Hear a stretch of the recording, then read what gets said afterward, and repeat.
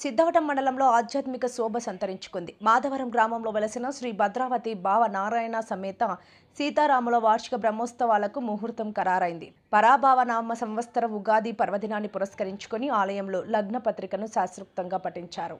కడప జిల్లా సిద్ధవటం మండలంలోని మాధవరం 1 గ్రామంలో కొలువై ఉన్న శ్రీ భద్రావతి భావ నారాయణ స్వామి వారి 29వ వార్షిక బ్రహ్మోత్సవాల సందడి అప్పుడే మొదలైంది. ఉగాది పర్వదినం సందర్భంగా ఆలయ ప్రాంగణంలో వేద పండితుల మంత్రోచ్చారణల మధ్య స్వామివారి కళ్యాణ మహోత్సవం లగ్న పత్రికను ఘనంగా రాశారు.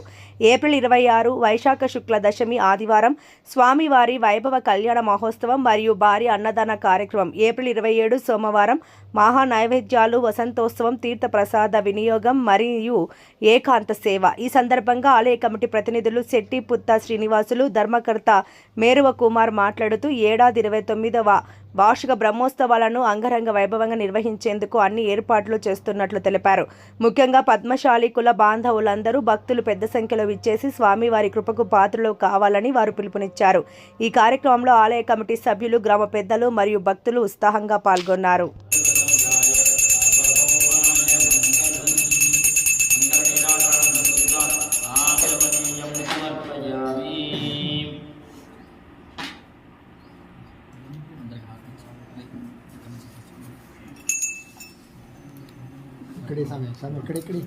ओम नारायणाय विद्महे वासुदेवाय धीमहि तन्नो प्रचोदयात्।